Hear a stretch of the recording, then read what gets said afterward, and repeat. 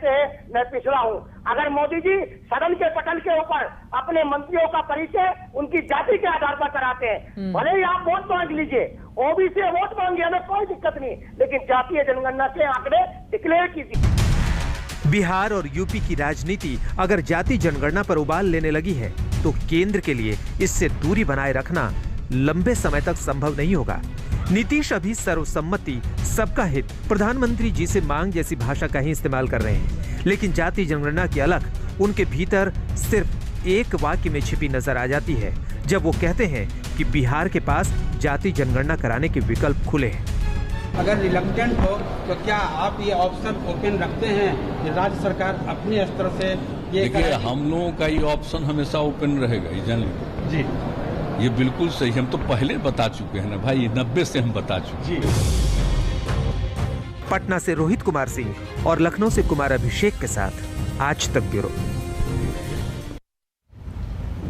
जातीय जनगणना भारतीय राजनीति का संवेदनशील मुद्दा है। आइए इसे समझने के लिए इतिहास के कुछ पन्ने पलटते हैं।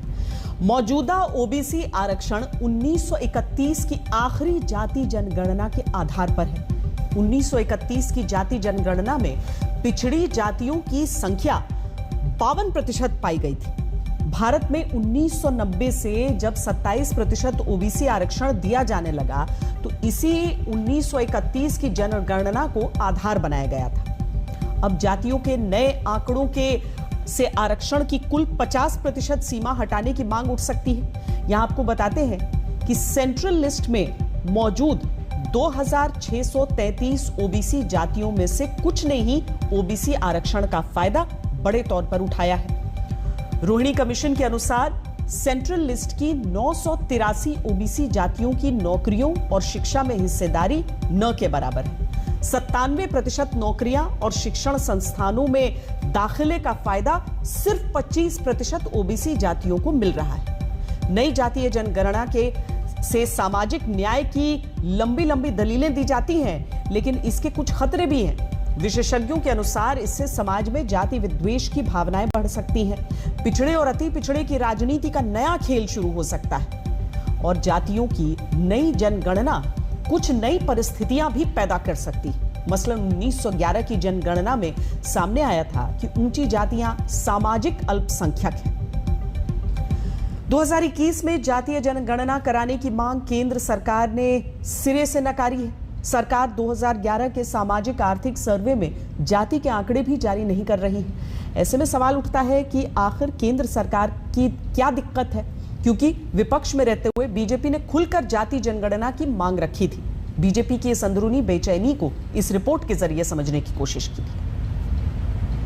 1931 में एक बार सिर्फ ओबीसी का उस समय जनगणना हुई थी। 80 साल हुए कि ओबीसी का जनसंख्या कितना है इसके बारे में सेंसस नहीं हुआ है। अगर हम इस समय भी सेंसस में ओबीसी का सेंसस नहीं करेंगे तो ओबीसी को सोशल जस्टिस देने के लिए और 10 साल हम उन पर अन्याय करेंगे। 2010 की बीजेपी और 2021 की बीजेपी में क्या फर्क है? यही ना कि तब बीजेपी विपक्ष में थी और आज देश की सरकार चला रही है। कास्ट सिस्टम को आपके कोई सत्ता के कारण कुछ गड़बड़ हुआ ऐसा नहीं मानता हूं, लेकिन वास्तविकता है जात है जो कभी जाति नहीं। और जाति के आधार पर हम जनगणना इसलिए आवश्यकता क्यों है? क्योंकि पिछड़ापन जाति से जुड़ा हुआ है, जाति पिछड़ेपन से जुड़ी है। अब 63 साल के आजादी के बाद भी आप उनको न्याय नहीं देना चाहते हैं। जनगणना में ओबीसी का जनगणना में नहीं करना, ओबीसी को जस्टिस, सोशल जस्टिस नकारना। तब जो पार्टी जाति जनगणना के समर्थन में इतनी मुखर थी, उसी पार्टी की सरकार न सिर्फ जाति जनगणना कराने से इनकार कर रही है, बल्कि 2011 में जो सामाजिक आर्थिक सर्वेक्षण हुआ और जातियों की नए सिरे से गिनती की गई, उसके आंकड़े भी जारी नहीं कर रही। आखिर क्यों? इस सवाल का जवाब पाने के लिए कुछ दूसरे सवालों के जवाब तलाशने होंगे। पहला सवाल, क्या ओबीसी जातियों की हिस्सेदारी के बढ़ने या घटने का असर मौजूदा राजनीतिक समीकरणों पर पड़ सकता है? दूसरा सवाल, जिस बीजेपी ने ओबीसी जातियों की राजनीति को नई धार देकर सत्ता के कई जिताऊ फॉर्मूले तैयार किए हैं, उसमें छेद लगने की संभावना है।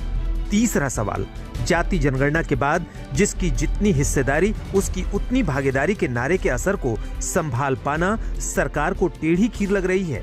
चौथा सवाल, संसद से सड़क तक और सड़क से कोर्ट तक क्या सरकार के सामने आरक्षण का नया मुद्दा खड़ा हो जाएगा?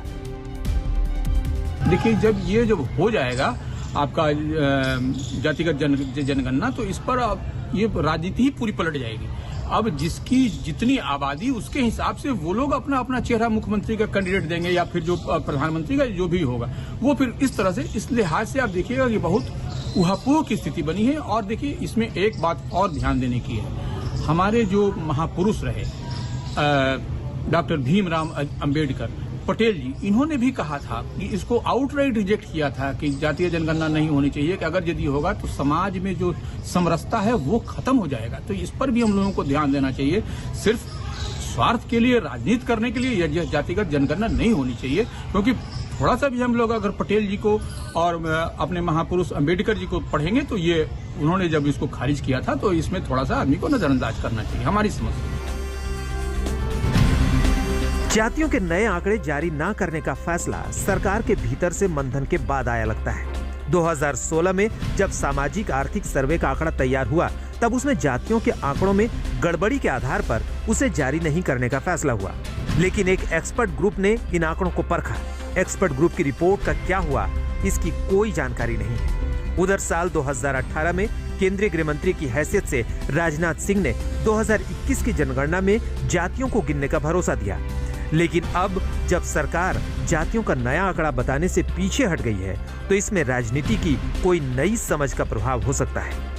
हालांकि सरकार के सामने सिर्फ नीतीश जैसे सहयोगियों का दाव ही नहीं है, खुद बीजेपी के भीतर से जाति जनगणना के समर्थन का खुल्लम खुल्ला ऐलान है। इसमें ना एनडीए की बंटने की बात है, ना चाचा भतीजा की एक होने की बात है। बिहार विधानसभा में एक प्रस्ताव काफ़ी पहले यह पारित हुआ था, उस आलोक में ये सारी बातें आ रही है। और यह जनगणना भारत सरकार को करना है, भारत सरकार को निर्णय लेना है, तो भारत सरकार उचित अवसर पर उचित निर्णय लेगी।